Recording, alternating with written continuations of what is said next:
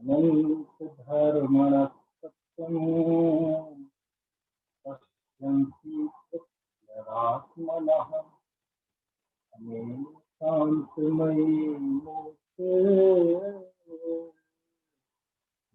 यमेव प्रकाशिताम्। अनेकांतमयी मूर्ति नित्य ही प्रकाशित होती रहे, इसी उद्देश्य से ये सारे आयोजन हमारे होते हैं। और इसी श्रृंखला में ये बिल्कुल नया प्रयास, जहाँ तक मेरी स्मृति है, मेरा ज्ञान है, उस दृष्टि से यदि देखा जाए तो जो भी शिविर हुए, जो भी गोष्ठियाँ हुई, ये इस तरह का हम सब की तरफ से पहला प्रयास है गुरुदेव के प्रभावना योग में कि स्वतंत्रता दिवस का राष्ट्रीय पर्व का अवसर है और उसमें हम स्वतंत्रता की बात करें, कण कण की स्वतंत्रता की भी बात करें और एक अखंड जैन समाज के रूप में जो हमारा इतिहास है, गौरवशाली इतिहास है, स्वतंत्रता आंदोलन है, स्वतंत्रता के बाद जो राष्ट्र के विकास में हमारा योगदान है, उन सबको हम रेखांकित करें। अब ये तो बहुत लंबी लंबी चर्चाएं हैं, मैं इसे केवल इतिहास की चर्चा बनाकर आत्मार्थियों के लिए भी बोझिल नहीं बनाना चाहता और एक तरफ से केवल तत्व ज्ञान की बात करके इस प्रसंग की भी उपेक्षा नहीं कर सकता। तो मैं दोनों से समन्वित कुछ बातें आपके सामने रखता हूं। कल हम राष्ट्रीय पर्व स्वतंत्रता दिवस मनाएंगे। चूंकि स्वतंत्र दिवस के साथ परतंत्रता की कड़वी यादें भी जुड़ी हुई हैं, उनका भी स्मरण होता है और कितने लोगों ने स्वतंत्रता प्राप्ति के लिए खून बहाया, फांसी पे चढ़े। हम तो गिने चुने नाम जानते हैं, लेकिन उनके नाम ज्यादा हैं जो गुमनाम हो गए, जिनका कहीं इतिहास में नाम दर्ज नहीं है। दरअसल जब आज से कितने साल हो गए, 73 साल पहले जब देश आजाद हुआ 15 अगस्त 1947 को, तो ये केवल अंग्रेजों से आजादी नहीं थी। उसके पहले आप सैकड़ों वर्ष, शताब्दियों वर्ष पहले जाएंगे तो जब गुप्त साम्राज्य था, उसके पतन के बाद लगभग 2000 साल तक विदेशी लोगों का ही आधिपत्य, लगभग विदेशी लोगों का ही आधिपत्य हिंदुस्तान में रहा। विदेशी लोग आए, फिर अरब आए, फिर मुगल आए, फिर अंग्रेजों के हाथ में सत्ता आ गई। तो आमतौर पे जब हम स्वतंत्रता दिवस को याद करते हैं तो केवल ये याद करते हैं अंग्रेजों को, लेकिन ऐसा नहीं है। सैकड़ों साल जो विदेशी लोग हमारे ऊपर शासन करते रहे, उनसे मुक्ति का दिन था ये। समझ में आया? खैर, आजादी का जो प्रसंग है हमारे मन में एक राष्ट्रीय भावना के रूप में, एक सच्चे श्रावक के रूप में रोमांचित तो करता ही है। आज हम कुछ बिंदुओं की समन्वित बात करेंगे, क्योंकि इतिहास जो है, भारत का जो इतिहास है, आपको पता होना चाहिए। भारत का यदि प्राचीन इतिहास आपको देखना हो तो इतिहासकार भी ये मानते हैं कि भारत के प्राचीन इतिहास की सबसे प्रामाणिक, सबसे सुलझी हुई यदि जानकारी कहीं मिलती है तो वह जैन शास्त्रों में मिलती है, जैन पुराणों में मिलती है। और जब हम देखते हैं कि कितना उज्जवल हमारी जैन संस्कृति का योगदान राष्ट्र के अंतर्गत रहा है, उन सारी बात आज हम करेंगे। इस बात पर भी हम विचार करेंगे कि एक राष्ट्र के तौर पे, राष्ट्रवादी व्यक्ति के तौर पे, एक नागरिक के तौर पे हमारे क्या कर्तव्य हैं। कई बार हमें दो अलग अलग चीजें दिखने लगती हैं कि एक राष्ट्रवाद अलग चीज है और हमारी धार्मिक भावना अलग चीज है। लेकिन जब आप एक श्रावक के, एक आम जैन के कर्तव्य आप जाके देखेंगे तो आपको पता चलेगा कि कहीं दोनों में कोई विरोध नहीं है। आप जो श्रावकाचार पालन करते हैं, आप जो जैनाचार पालन करते हैं, इसमें अपने आप राष्ट्रवाद समाया हुआ है। और जरूरी नहीं है राष्ट्रवाद मतलब राष्ट्र के नाम पे नारे लगाना, राष्ट्रवाद के नाम पे जुलूस निकालना, ऐसा नहीं है। आप अहिंसात्मक आचरण रखते हैं, आप वैचारिक सहिष्णुता रखते हैं, आप ईमानदारी पूर्वक कार्य निर्वहन करते हैं, आप ईमानदारी से अपना व्यापार करते हैं, आप निष्ठा पूर्वक अपनी सेवा करते हैं, जो भी सरकारी है या प्राइवेट है ना? आप अपना समय पर टैक्स चुकाते हैं, आप किसी की धार्मिक भावनाओं, धार्मिक आज़ादी उसको ठेस नहीं पहुँचाते। यदि ये आप कार्य करते हैं जो कि एक जैन श्रावक का मुख्य कर्तव्य है, तो इससे बड़ा राष्ट्र निर्माण में कोई योगदान नहीं हो सकता। लेकिन इन विषय पे हम बाद में आएँगे। चूँकि मैं भी थोड़ा-सा पहली बार ही इस तरह के विषय पर पर व्याख्यान कर रहा हूँ, तो मैंने भी नैया भंवर में डाल दी है। कहाँ कैसे किनारे लगेगी, हमें भी नहीं पता, लेकिन बहुत-बहुत मीठी-मीठी बातें आएँगी। राष्ट्र गौरव और जैनत्व के गौरव के लिए हमें ये पता होना चाहिए, हमारी फिजाओं में, हमारे वातावरण में एक सैकड़ों साल से एक झूठ चल रहा है, और वो झूठ की वजह भी है क्योंकि उस तरह के उल्लेख लोगों ने कर दिए। हमारे देश का नाम भारत है, और ये भारत नाम कहाँ मिला? जब संविधान निर्माण हो रहा था और संविधान में हमें अपने देश का नाम रखना था कि इस देश का नाम क्या रखें, क्योंकि विदेशी लोग आके इसे हिंदुस्तान कहते थे, अंग्रेज लोग इसे इंडिया कहते थे, लेकिन ये तो ऊपर से थोपे हुए नाम थे। इस देश का असल नाम क्या है? जब इसकी खोज की गई, तो एक राजस्थान के इतिहासकार हैं, मुझे नाम ध्यान आ रहा है, शायद गौरी शंकर ओझा, उन्होंने बताया कि इस देश का सबसे प्राचीन नाम कहीं उल्लेख है, तो वो ईसा से लगभग पौनो 200 साल पहले एक जैन सम्राट हुआ खारवेल, उनका एक शिलालेख है जो कि प्राकृत भाषा में है, ब्राह्मी लिपि में है, उदयगिरी की गुफाओं में के यहाँ, जो कि भुवनेश्वर से कुछ किलोमीटर दूर है। वह आज एक आकर्षण का इतिहास की दृष्टि से और धार्मिक भावना की दृष्टि से भी, फिर शोध की दृष्टि से भी, पुरातत्व की दृष्टि से भी बहुत बड़ा क्षेत्र है। और वहाँ आज से लगभग 2200 साल पहले का वो शिलालेख है, और इतना व्यवस्थित शिलालेख आपको शायद विश्व में दूसरा ना मिले। उस शिलालेख में ये दर्ज है, और इस क्षेत्र के लिए नाम दिया गया है भारतवर्ष। भारतवर्ष मतलब भारतवर्ष, और वर्ष का अर्थ होता है क्षेत्र, यानी वो क्षेत्र के शब्द को अभी अलग कर दिया जाए तो देश का नाम है भारत। यानी इस देश का नाम भारत है, ये भी किसी जैन राजा के शिलालेख में ही सर्वप्रथम उल्लेख मिलता है। प्रश्न ये है, ये भारत का मतलब क्या है? भारत का मतलब है भरत का देश। भारत का मतलब भरत पुत्रों का देश। इतिहास में ये झूठ चल रहा है कि इस देश का नाम भारत दुष्यंत के पुत्र भरत के नाम पर पड़ा, लेकिन ये बात अब इतिहासकारों के द्वारा, पुरातत्वविदों के द्वारा, शोधार्थियों के द्वारा, पौराणिक संदर्भों के द्वारा ये बात बिल्कुल झूठी सिद्ध हो चुकी है। और अब ये एक स्थापित सत्य हो चुका है कि इस देश का नाम भारत दुष्यंत पुत्र भरत के नाम पे नहीं पड़ा, बल्कि इस देश का भारत नाम ऋषभ देव के पुत्र भरत चक्रवर्ती के नाम पे पड़ा। और भरत चक्रवर्ती का देश, भरत चक्रवर्ती के पहले यही देश कहलाता था अजनाभ वर्ष, क्योंकि ऋषभ देव के पिता अंतिम कुलकर नाभि राय थे, है ना? उनका नाम एक अजनाभ था। तो उनका, नाभि राय का व्यक्तित्व इतना व्यापक था, उन्होंने इतना प्रभावित किया, क्योंकि आपको ये सब जानना हो तो आपको युग परिवर्तन पढ़ना चाहिए। क्योंकि आज जिस क्षेत्र में हम हैं, यहाँ पहले किसी ज़माने में भोग भूमि रहा करती थी, और भोग भूमि के काल में हमारे जीवन की समस्त आवश्यकताएं कल्प वृक्षों से पूरी हुआ करती थीं।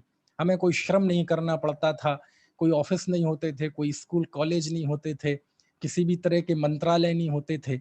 उसका वर्णन बड़ा रोमांच कर देने वाला है, कभी अलग से आप कालचक्र के व्याख्यान सुनना। तो जब युग परिवर्तन हुआ और ये कर्म भूमि में प्रवेश कर रहे थे, वो दौर राजा ऋषभ देव का था, प्रथम तीर्थंकर भगवान आदिनाथ का समय था। तो उनके पिता का बहुत अधिक महत्व था, क्योंकि वह उन अंतिम मनु थे, वो अंतिम कुलकर थे जिन्होंने जीवनोपयोगी बहुत सारी चीजें हम सबको सिखाई, प्रजा को सिखाई। तो उनके व्यक्तित्व की वजह से इस क्षेत्र का नाम पड़ा था अजनाभ वर्ष, नाभि वर्ष। लेकिन जब भगवान ऋषभदेव हुए और उनके पुत्र भरत हुए, और भरत प्रथम चक्रवर्ती थे इस युग के, और भरत इतने प्रतापी थे, इतने प्रतापी थे, उनका यश, उनकी सोच, है ना, शक्ति और वैराग्य का जो समन्वय आपको पुराणों में भरत जी में दिखाई देगा वो बहुत मुश्किल है। शक्ति इतनी कि 6 खंड का राज्य, और साधना इतनी कि अंतर मुहूर्त में ही दीक्षा लेते ही केवल ज्ञान की प्राप्ति हो गई। तो शक्ति और वैराग्य का गजब सम्मिश्रण आपको भरत जी के व्यक्तित्व में दिखाई देगा, और इतना बड़ा नाम हुआ कि इस पूरे क्षेत्र का नाम उनके पिता के पिता से छूटकर उनके नाम पर आ गया कि एक देश किसका है, ये भरत का है, और भरत का देश उसका नाम है भारत। अब आप देखेंगे ये भरत की ख्याति क्यों है इतनी पुराणों में, इतिहास में। भरत की ख्याति का सबसे बड़ा कारण यह है कि भरत को याद किया जाता है, शक्ति के लिए तो याद किया ही जाता है, भरत को याद किया जाता है उनके वैराग्य के लिए, कि घर में रहते हुए भी कोई कितना वैरागी रह सकता है, घर में रहते हुए भी कितना कोई अनासक्त रह सकता है। इसकी यदि सबसे बड़ी मिसाल कोई है पुराणों में, इतिहास में, तो भरत है। और ये भरत का भारत है, यानी यह देश ऐसे लोगों का देश है कि वो बाहर में अर्थ, काम, शरीर, आजीविका आदि के कार्य करते जरूर हैं, लेकिन इनको उन्होंने साधन माना, इनको जीवन का उद्देश्य नहीं माना। एक होता है प्रियो मार्ग और एक होता है श्रेयो मार्ग। एक को कहते हैं हम भौतिकवादी विचारधारा और दूसरे को कहते हैं अध्यात्मवादी विचारधारा। भरत मतलब भौतिकता के बीच में अध्यात्म की प्रतिष्ठा, भरत मतलब आसक्ति के बीच में अनासक्ति की प्रतिष्ठा। यानी जो भरत का व्यक्तित्व था वो ही इस भारत भूमि का व्यक्तित्व था। यानी यहाँ ऐसे लोग रहते हैं, यहाँ ऐसे लोगों का ये देश है, ये भूमि है कि ये सब जीवन की आवश्यकताएं पूरी करते हैं, सारे कर्तव्य का निर्वहन करते हैं, लेकिन इनके हृदय में एक भाव ऐसा रहता है कि जीवन का उद्देश्य खान पान, जीवन का उद्देश्य भरण पोषण, जीवन का उद्देश्य केवल विषय भोग नहीं है। ये काम तो सारे पशु भी करते हैं। जीवन का उद्देश्य तो आध्यात्मिक शक्ति प्राप्त करना है, अपनी पहचान करना है, अपने अंदर के मंगल भाव को जगाना है, साम्य भाव प्राप्त करना है। तो ये जो भरत का व्यक्तित्व था, ये ही भारत का व्यक्तित्व था। और यही कारण है कि हमारे देश का जो राष्ट्रीय पुष्प है, फूल है, वो कमल है। क्यों कमल क्यों है? क्योंकि कमल के बारे में ये आम धारणा है, स्वीकृत सत्य है कि कमल कितने ही वर्षों तक कीचड़ में रहे, पानी में रहे, लेकिन उसका एक कण भी पानी में अथवा कीचड़ में लिप्त नहीं होता।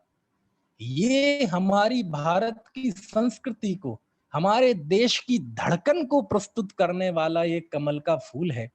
भरत जी को भी ऐसा ही कहा जाता था कि भरत जी 6 खंडों का राज्य करते थे, 96,000 उनकी रानियां थी, 18 करोड़ घोड़े थे, 84 लाख हाथी थे, 18 करोड़ पैदल थे, 32,000 मुकुटबद्ध राजाओं का स्वामी था।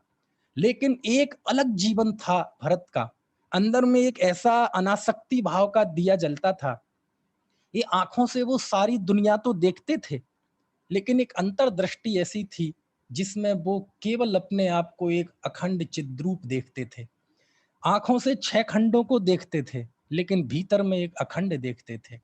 ये कान से वो सारी दुनिया की शिकायतें सुनते थे, सब कुछ सुनते थे, लेकिन एक अंदर में उनकी साधना थी जहां बाहर की ध्वनियां नहीं पहुंचती थी। वह निशब्द साधना उनके अंदर के अंदर में चलती रहती थी। ये नाक से वह दुनिया की गंध सुगंध तो उनके नाक से महसूस होती थी, लेकिन एक अंदर में ऐसी साधना चलती थी कि जो चैतन्य का सुवास, चैतन्य की खुशबू वो 24 घंटे लिया करते थे। ये जुभा से, जिह्वा से वह खट्टा मीठा कड़वा कषायला तीखा नाना रस चखते थे, लेकिन उनकी एक अंतः साधना थी, एक अंतरंग के भरत थे जो हमेशा आत्म के स्वाद के आस्वादी होते थे, उसी का आनंद चखते थे। एक स्पर्शन इंद्रिय जिसके द्वारा वो ठंडे गर्म का एहसास करते थे, लेकिन अंदर में उनकी एक साधना थी जहां वो महसूस करते थे अरस मरूबम गंधम अब्बत्तम चेदना गुण मसद्दम जान अलिंग गहणम जीव मणदिठ संठाणम। यानी बाहर में शक्ति और अंतर में अध्यात्म शक्ति, ये जो सुमेल तैयार हुआ, ये भरत थे और ऐसे लोगों के देश का नाम भारत था। मतलब क्या हुआ, आप देखें, हमारी जो जैन धर्म था ये मुख्य रूप से क्षत्रियों का धर्म था। हमारे 24 तीर्थंकर क्षत्रिय हुए, बड़े बड़े सम्राट क्षत्रिय हुए। सम्राट चंद्रगुप्त का नाम कौन नहीं जानता, वो क्षत्रिय थे। खारवेल सम्राट क्षत्रिय थे। बहुत लंबी लिस्ट है हमारे उन क्षत्रिय।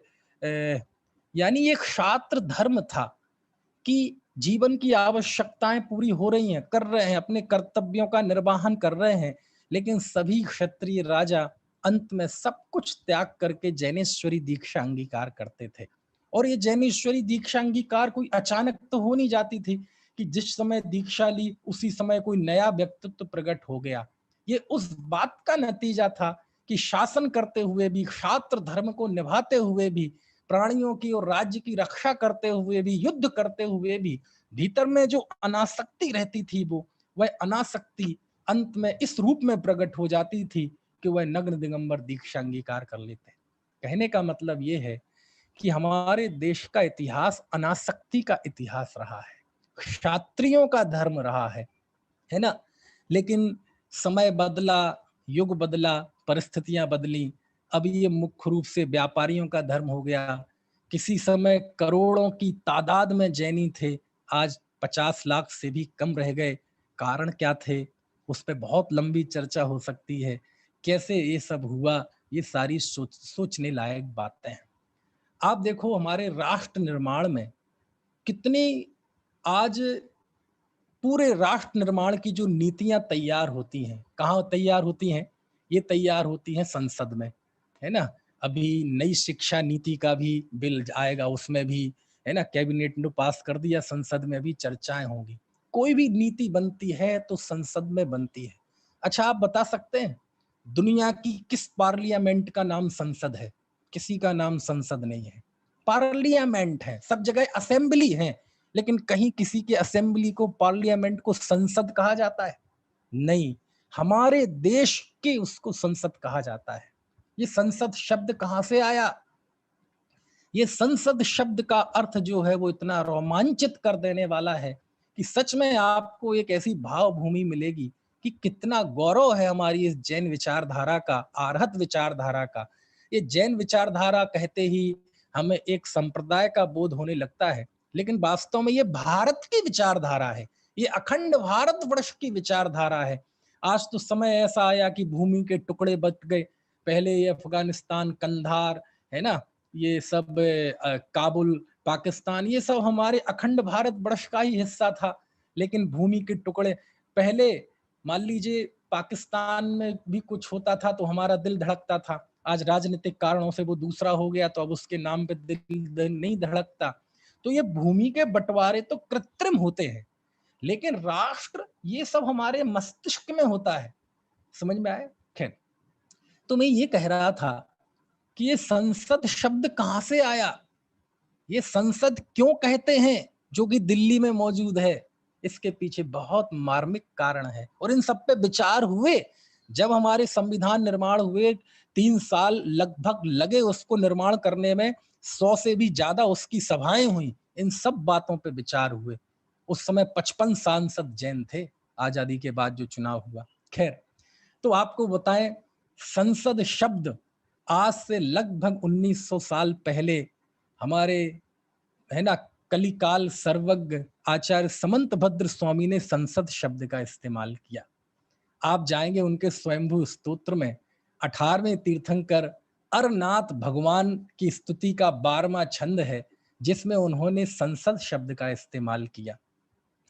तौबाग तौबाग मृतम श्रीमत् सर्वभाषा स्वभावकम प्रीणयत्यमृतं यद्वत् प्राणिनो व्यापी संसदि। वाह। प्रश्न ये है, ये संसद का अर्थ क्या है? आपको पता होना चाहिए। हाँ, जो लोग सुन रहे हैं भविष्य में सुनेंगे। समोशरण को संसद कहते हैं। आचार्य समंत भद्र ने समोशरण को संसद कहा है, और उस समोशरण में रहने वाले लोगों को संसदी कहा है। सांसद आज की भाषा में कहें, हम पूछें कि आज कितने सांसद हैं, आप कहेंगे 545। भगवान महावीर के समोशरण में करोड़ों की तादाद में सांसद थे, क्योंकि समोशरण को संसद कहा है समंत भद्र स्वामी ने। क्यों? समोशरण किसे कहते हैं? समोशरण उसे कहते हैं जहां सभी के लिए समान अवसर हो, उसका नाम समोशरण है। समोशरण में होता क्या है? समोशरण का सबसे खूबसूरत पक्ष क्या है कि समोशरण में जो विभिन्न प्रकृति के लोग होते हैं, बिल्कुल प्रकृति से विरुद्ध। जैसे सांप है, नेवला, प्रकृति से विरुद्ध। जैसे शेर है, गाय है, प्रकृति से विरुद्ध। बिल्ली है, कुत्ता है, प्रकृति से विरुद्ध। बिल्ली है, चूहा है, प्रकृति से विरुद्ध। ये जो बिल्कुल विरुद्ध प्रकृति के लोग हैं, वो विरुद्ध प्रकृति के लोग उस समोशरण में रहते हैं, और वहां सारे, है ना, वैर भाव भूल के एक वेदी पर सब एक हो जाते हैं। आत्महित की वेदी पर, आत्महित के उद्देश्य को लेकर वो आपसी बैर भाव सब भुला देते हैं। मैं शेर हूं, तुम गाय हो, भूल जाते हैं कुछ देर के लिए, केवल इस भाव से कि मुझे आत्महित करना है। और उस वाणी में जो भगवान महावीर की आ रही है, उसमें भी इन सब भेदभाव को दूर करके, है ना, समानता का और आत्महित का, आत्मस्थिरता का उपदेश देते हैं। इस वेदी पर सब बैर भाव भूल जाते हैं, सबको समान अवसर होता है, विरुद्ध प्रकृति और अपनी शत्रुता छोड़कर। जब इस देश की उस असेंबली अथवा पार्लियामेंट का नाम संसद रखा गया, तो उसके पीछे परिकल्पना ये थी कि जब संसद में दो तरह के दल होंगे, एक होगा पक्ष और एक होगा प्रतिपक्ष। यद्यपि वो संसद के बाहर चुनाव लड़के यहाँ आए होंगे, तो वहां एक दूसरे के शत्रु जैसे रहे होंगे। जब वो चुनाव प्रचार करेंगे तो एक दूसरे को लांछन लगाएंगे, गालियां देंगे, एक दूसरे के गुणों को अवगुण बताएंगे। ना जाने कैसी कैसी डायलॉग डिलीवरी होती है। अब आज के माहौल में ये बात बताने की जरूरत नहीं है। यानी चुनाव में वो एक दूसरे के शत्रु, लेकिन जब जीत कर आ गए और संसद में प्रवेश कर गए, भले ही वहां दो दल दिखाई देंगे, एक पक्ष और एक प्रतिपक्ष, लेकिन जैसे संसद में विरुद्ध प्रकृति भी भूलकर आत्महित की वेदी पर सब बैर भाव भुला देते हैं। तो संसद शब्द के अंदर मूल भावना यह है कि तुम बाहर कैसे जीत के आए हो, लेकिन अब यहां आ गए हो, तो पक्ष और प्रतिपक्ष दोनों इस पक्षपात को छोड़कर राष्ट्रहित की वेदी के पर, राष्ट्रीयता के भाव के नाम पर हम सब पक्ष प्रतिपक्ष की कषाय भुला दें और दोनों मिलकर राष्ट्र के निर्माण की और उसके विकास की नीतियां तैयार करें, बिना किसी जाति, धर्म, मजहब, क्षेत्र, भाषा का भेद किए बिना। इस पवित्र भावना से उस संसद को ये नाम मिला। क्यों? संसद का कितना पवित्र अर्थ है समोशरण। ये सब है, क्या करें। दरअसल क्या है कि हम लोग इतने फिक्स हो गए हैं कि ज्यादा हम पढ़ना नहीं चाहते, है ना, ज्यादा हम सोचना विचारना नहीं चाहते, क्योंकि हमें केवल 2 के 4 व्यापार, इससे ज्यादा हम आगे सोचते ही नहीं है। ये तो जैन धर्म व्यापारियों के हाथ में आ गया, इसलिए इसकी हानि भी बहुत हुई। समझ में आया? क्यों? क्योंकि व्यापारी हर चीज को पैसे से तौलता है, व्यापारी हर चीज में नफा नुकसान तौलता है। जब ये क्षत्रियों के उसमें था, तो क्षत्रियों ने कभी धर्म को तलवार से नहीं तोला। वो बिल्कुल उनकी एक एक नीति में, आप देखो जितने भी क्षत्रिय जैन राजा हुए हैं, चाहे चंद्रगुप्त हो, चाहे सम्राट खारवेल हो, चाहे अमोघ वर्ष हो, चाहे गंग हो, है ना, कोई भी हमारे जैन क्षत्रिय राजा रहे हो, आप उनका इतिहास उठा के देखें, उसमें कितनी धार्मिक सहिष्णुता थी, कितनी उनके अंदर दया की भावना थी। उनके राज्य में कभी किसी को प्रताड़ित नहीं किया गया, किसी की धार्मिक आजादी नहीं छीनी गई। समझ में आया? और आप दूसरे राजाओं को देख लो, विदेशी राजाओं को देख लो, जो आया उसने धार्मिकता के नाम पे कितना उन्माद किया, कितना उन्माद किया। दूसरी संस्कृति वाले जो बाहर से आया वो तो बदनाम है ही, लेकिन हमारे हिंदुस्तान के राजाओं ने भी कितना प्रताड़ित किया। धर्म के नाम पे। लेकिन जैन जो छात्र धर्म था, आप उसमें देख लो, इतनी ताकतवर होते हुए भी सम्राट खारवेल का शासन वहां मदुरई तक, और यहाँ ना जाने कितना हजारों किलोमीटर में उनका शासन फैला हुआ था, लेकिन सबको धार्मिक आजादी थी, सबको अपने अनुसार जीवन जीने की, अपने धार्मिक विश्वासों के द्वारा जीवन यापन करने की। ये सारी चीजें कहां से आई? ये कहां से आई ये सब चीज? ये जैन दर्शन की धड़कन है। समझ में आया?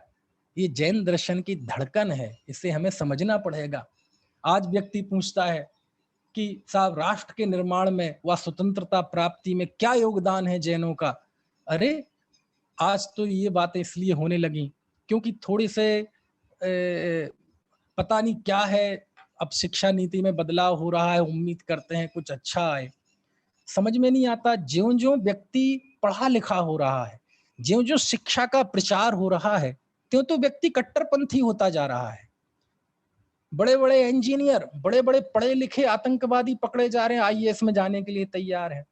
बड़े बड़े भारतीय संस्कृति वाले भी इतने कट्टरपंथी हो गए और पढ़े लिखे, वो उन्माद की पराकाष्ठा है। ज्यों ज्यों शिक्षा का प्रचार हो रहा है, उन्माद और कट्टरता बढ़ती जा रही है, और उस वजह से ये सब बातें होने लगी। अन्यथा जब हम अंग्रेजों के खिलाफ लड़े थे तो कोई ना हिंदू था, ना कोई मुस्लिम था, ना कोई जैन था, ना कोई क्रिश्चियन था, ना कोई गुरखा था, ना कोई मद्रासी था, कोई नहीं था।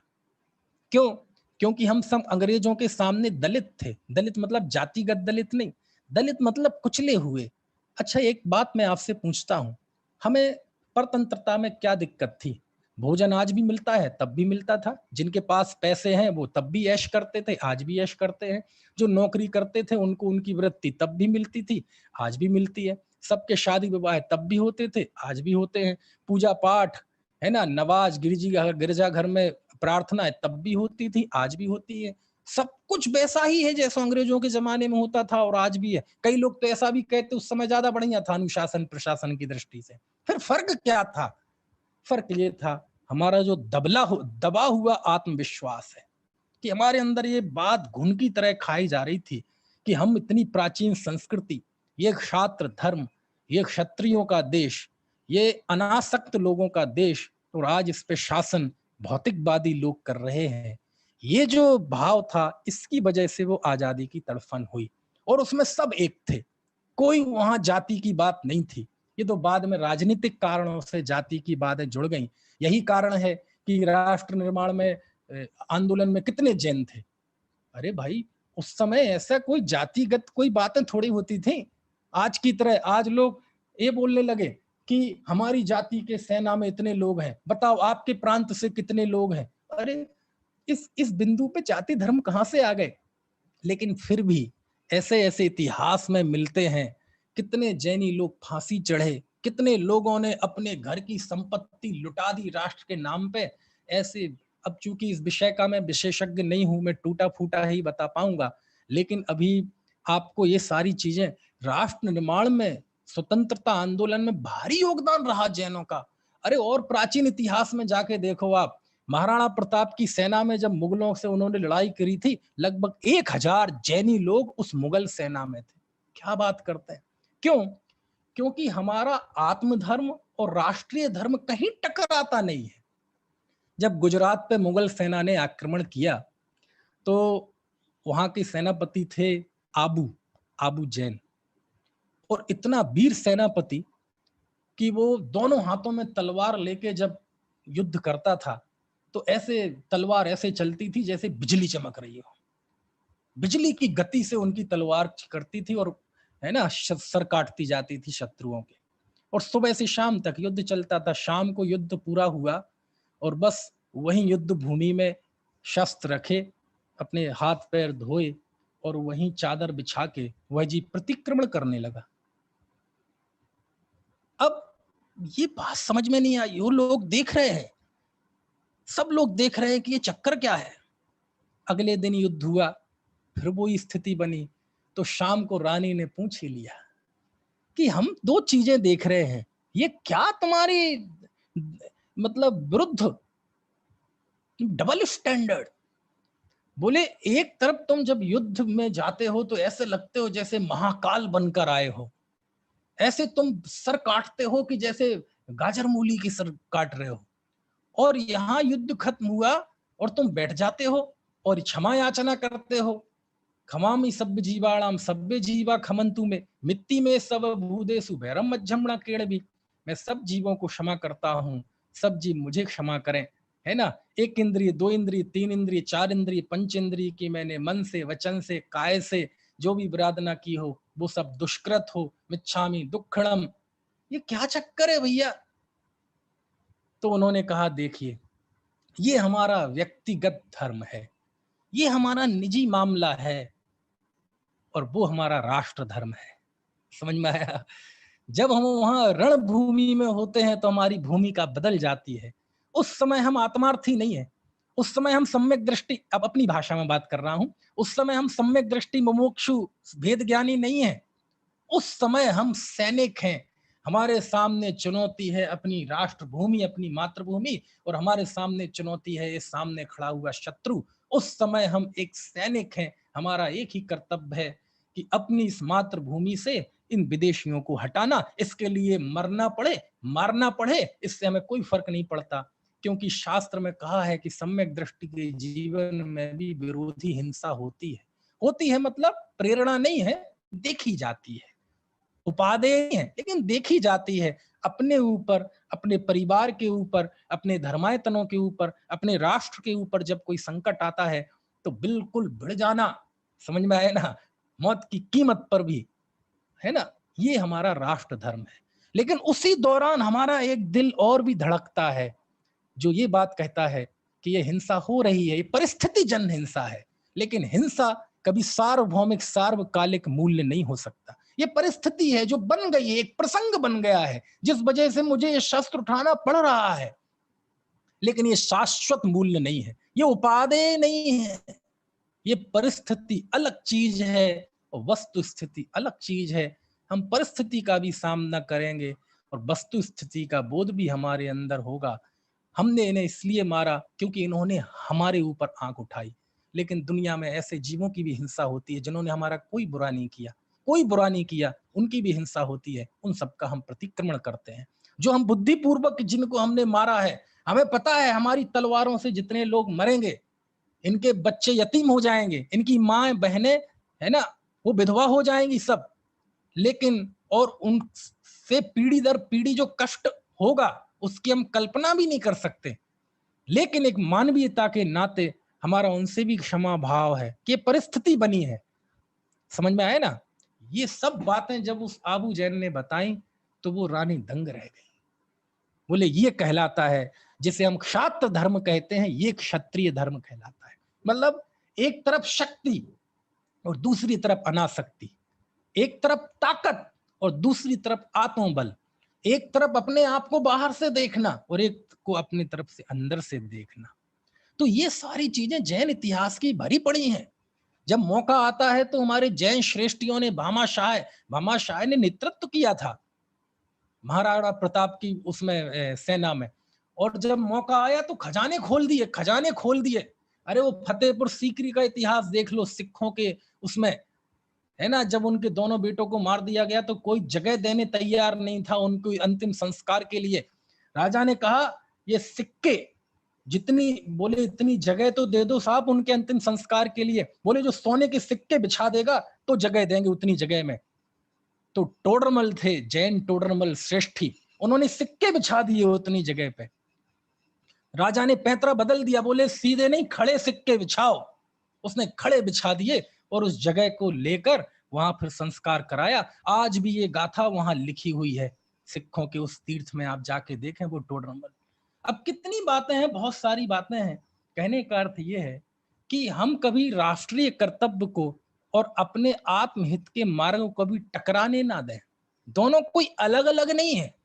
हाँ, अरे हमारे तो साधु संत आचार्यों ने कभी राष्ट्र के विरुद्ध कार्य नहीं किया। उनके भी राष्ट्र के जो नेता होते थे, राजा होते थे, उनसे उनके मधुर संबंध होते थे। चाहे राजा चामुंड राय और सिद्धांत चक्रवर्ती आचार्य नेमिचंद देव हो, है ना, चाहे धवलाकार हो। आप देखो हमारे पुराणकारों ने, हमारे ग्रंथ के लेखक आचार्यों ने अपने शास्त्र की प्रशस्ति में उस समय के तत्कालीन राजाओं का स्मरण किया, उनको थैंक्स कहा। क्यों? क्योंकि ये जो यदि परिवार माहौल में और राष्ट्र में शांति ना हो तो कोई आत्मा आराधना कर सकता है, कोई साहित्य आराधना कर सकता है? सब किया। कहने का आशय ये है कि ये बहुत सारे विषय हैं, इतने विषय हैं इस बात पर चर्चा करने के लिए, और इसके विशेषज्ञ विद्वान भी बहुत हैं। आज क्या है, हमें कुछ पता नहीं है ना। दरअसल आज भी कोई भी क्षेत्र ऐसा हो, साहित्य का क्षेत्र हो, राजनीति का क्षेत्र हो, खेल का क्षेत्र हो, रक्षा का क्षेत्र हो, प्रशासन का क्षेत्र हो, है ना, शासन का क्षेत्र हो, विज्ञान का क्षेत्र हो, ऐसा कोई भी क्षेत्र नहीं है आज जहां इस छोटी सी जैन समाज की बहुत महत्वपूर्ण भूमिका ना रही हो। लोग कहते हैं कि जैनी लोग सेना में क्यों नहीं जाते? सैकड़ों लोग जैनी सेना में हैं। एक महाराष्ट्र का एक जिला है सांगली, उसका एक छोटा सा गांव है दूध। उस गांव में लगभग 10-11 हजार आबादी है, जिसमें लगभग 7,000 जैन हैं। उसके 70 लड़के सेना में हैं, 7-8 लड़कियां वायु फोर्स में हैं। क्या बात करते हैं हम।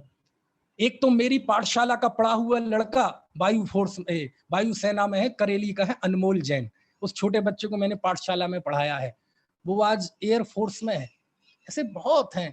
कहने का आशय ये है, लेकिन बस समय ऐसा आ गया कि हमें ये सब जातिगत बातें करनी पड़ती हैं। ये वास्तव में मजबूरी है, केवल अपनी संस्कृति को और अपनी उपस्थिति दर्ज कराने को। लेकिन ये जातिगत बातें मैं बोल रहा हूं, लेकिन मेरे मुंह से शोभा नहीं देती, हमारे मंच से शोभा नहीं देती। क्यों?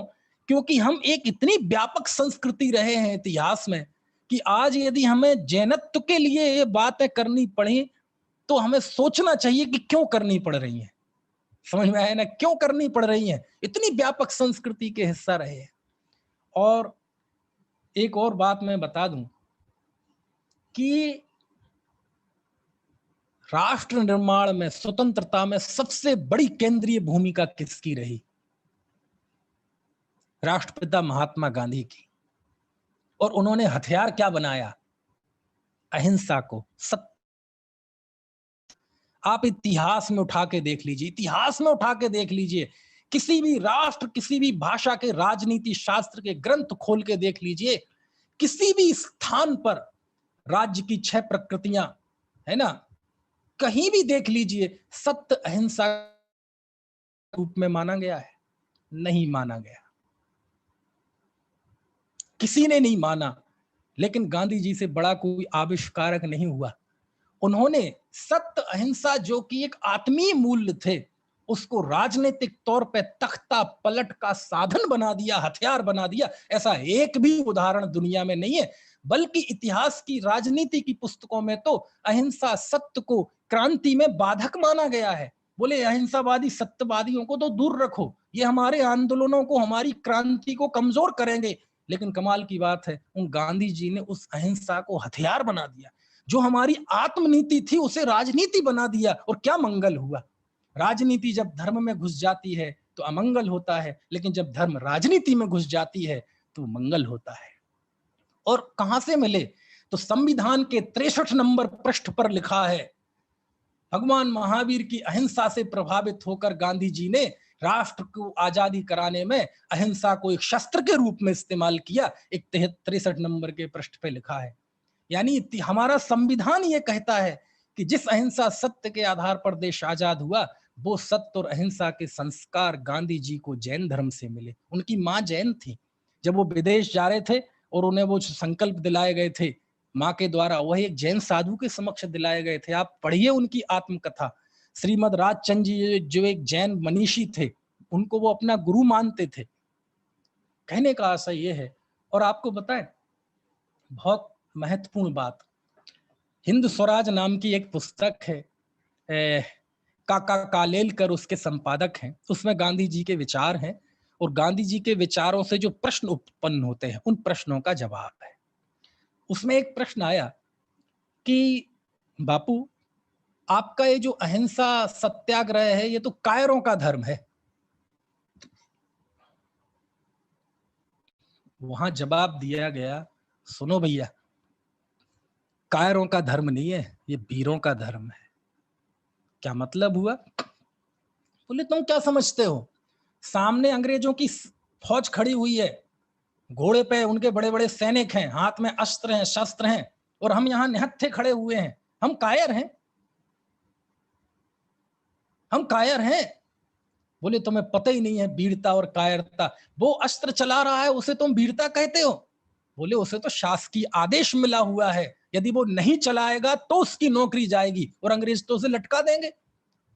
बोले तोप चलाने में, तलवार चलाने में, बंदूक चलाने में जितनी हिम्मत और साहस चाहिए, उससे 1000 गुना साहस इस सत्याग्रही में चाहिए। क्यों? बोले मंगल पांडे गोली चला देता तो कुछ नहीं था, यदि वो कारतूस जो थे, चर्बी के कारतूस मुंह से फाड़ देता तो कुछ नहीं था। 1857 की क्रांति के मूल में यही तो था कि उसे पता चला कि ये जो कारतूस हम मुंह से लगाते हैं, इसमें गाय की, सूअर की चर्बी होती है, यही तो था। और उसने कहा कि हम ये कारतूस इस्तेमाल नहीं करेंगे, और कारतूस मत पे 1857 की क्रांति हुई, जो एक राष्ट्रीय आंदोलन बन गई। वो नहीं लगाया उसने मुंह से, और लगा लेता तो कोई बात नहीं थी। और जब उसको सजा सुनाई गई और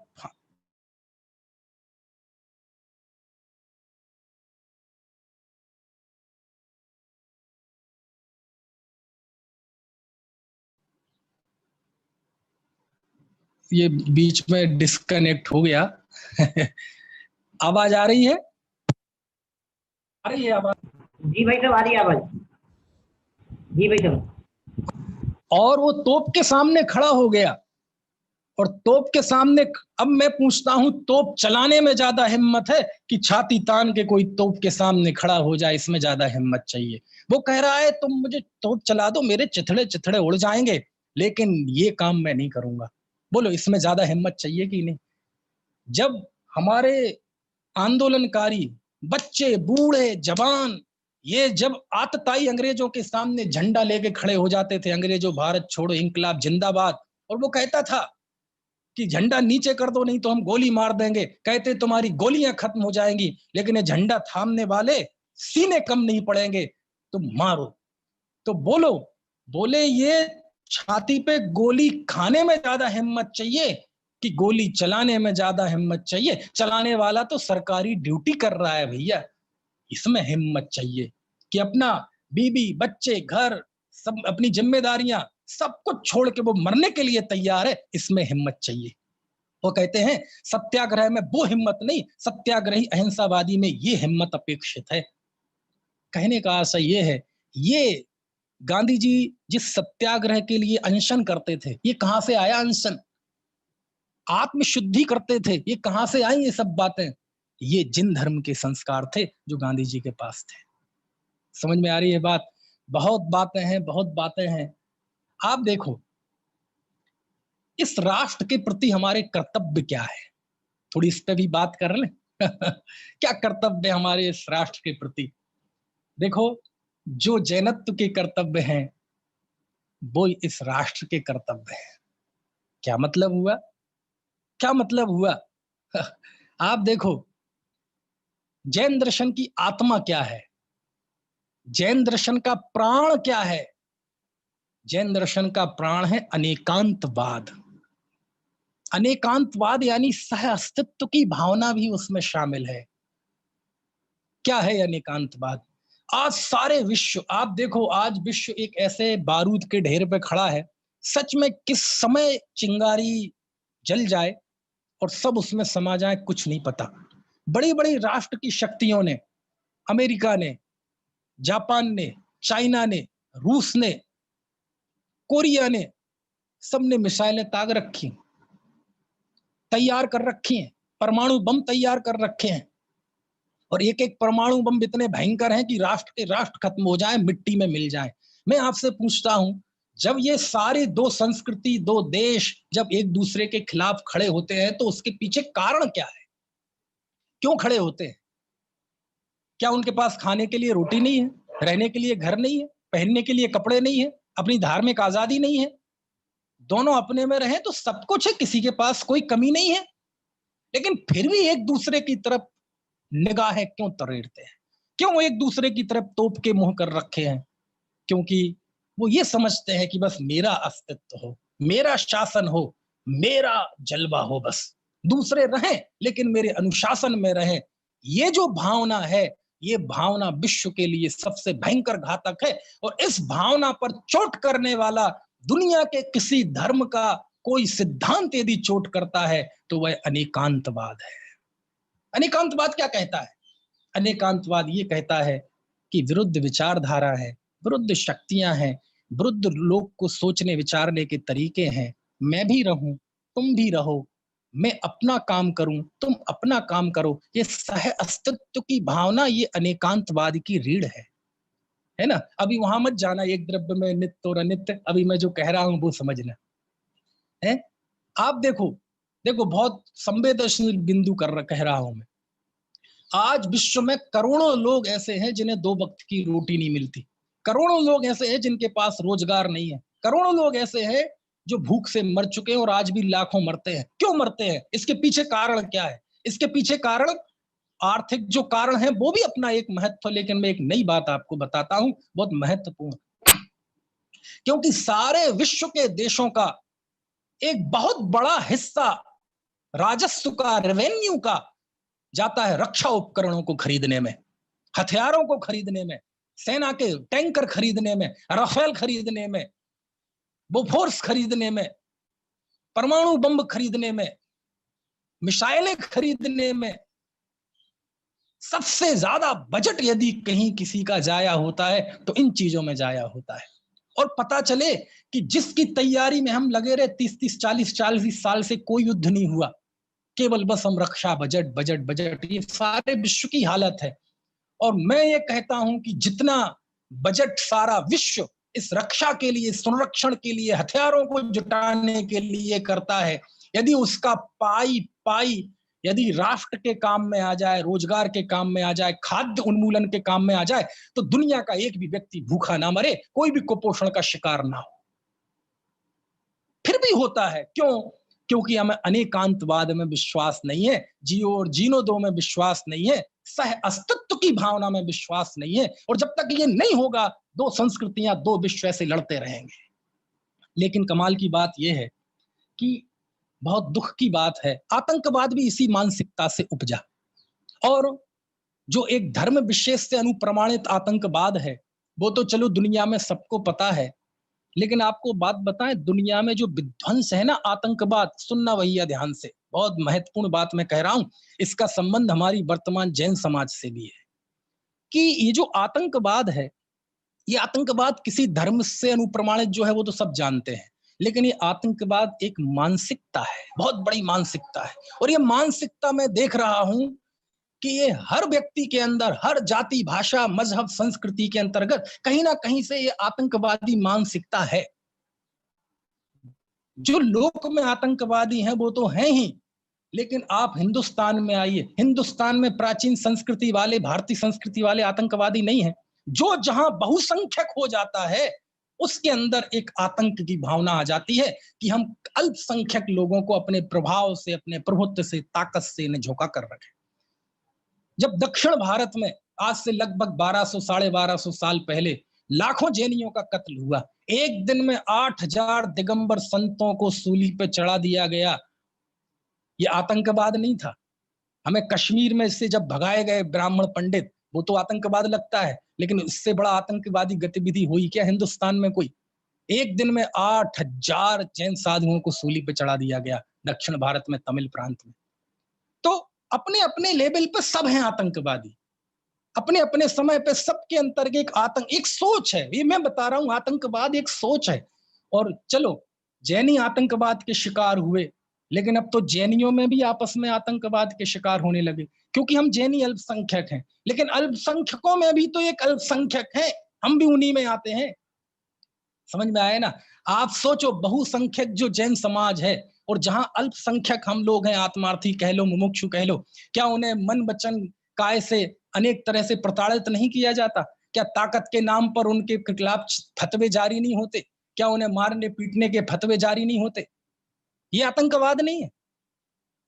हम देश में अल्पसंख्यक हैं, तो हम अपने विनम्र बन जाएंगे। लेकिन आपकी अपेक्षा जो दूसरे अल्पसंख्यक है, आप उन पे हावी करने की कोशिश करते हैं, उनको बहिष्कार करने की कोशिश करते हैं। ये भी आतंकवाद है, हम जैनी कर रहे हैं। समझ में आ रही है बात? कहने का आशय आतंकवादी एक सोच है, ये सोच सबके अंदर होती, जहां ताकत आती है वहां हम आतंकवादी हो जाते हैं।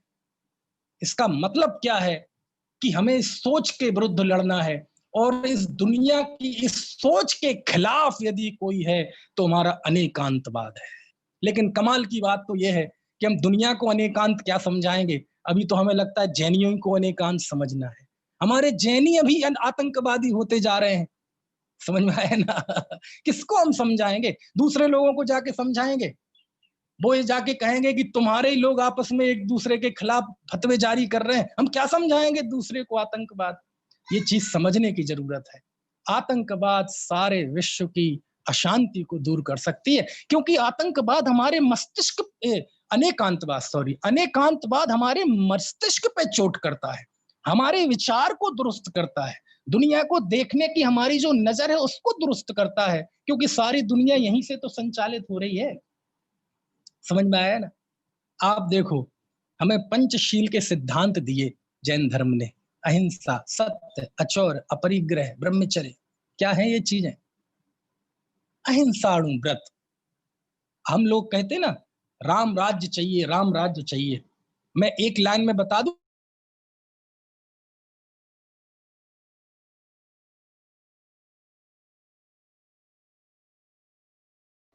मैं एक लाइन में बता देता हूं आपको राम राज्य किसे कहते हैं। अणु व्रतों का पालन ही राम राज्य है। क्यों? अहिंसा का पालन करें आप, संकल्पी हिंसा का त्याग करें, कितनी बड़ी बात है। आज देखो, दो परिवारों में, दो गलियों में लड़ाई होती है, दो देशों में बैर भाव के कारण होती है, और जिन धर्म कहता है आप संकल्पी हिंसा का त्याग करें, आप उतनी ही आप उतनी ही क्रियाएं करें जो आपके जीवनोपयोगी हैं, बाकी समस्त हिंसा का त्याग करें। बोलो, यदि ये अहिंसाणु व्रत का पालन हम करने लगे तो दुनिया में शांति छा जाएगी कि नहीं? सत्याणु व्रत का पालन करने लगे तो दुनिया में शांति छा जाएगी कि नहीं? अचौर्याणु व्रत का पालन करने लगे, आप देखो जितना रेवेन्यू आता है उससे ज्यादा वो टैक्स चोरी हो जाता है। यदि एक एक व्यक्ति यदि ईमानदारी से टैक्स जमा करे, इस अचौर्याणु व्रत का पालन करे, तो बोलो पूरे विश्व में, देश में खुशहाली आ जाएगी कि नहीं? ब्रह्मचर्याणु व्रत का पालन करे, अब स्वदारा संतोष व्रत का पालन करे। आप देखो भारत देश में रोज आप देख रहे हैं 6-6 महीने की बच्चियों से रेप हो रहे हैं, 6-6 साल की बच्चियों से गैंग रेप हो रहे हैं। अनैतिक संबंधों के चलते कितनी आत्महत्याएं हो रही हैं, कितनी हत्याएं हो रही हैं, परिवार टूट रहे हैं। आप टीवी अखबार उठा के देख लो। यदि ब्रह्मचर्याणु व्रत का पालन हर एक जीव करने लगे, बोलो विश्व में शांति आ जाएगी कि नहीं? देश में शांति आ जाएगी कि नहीं?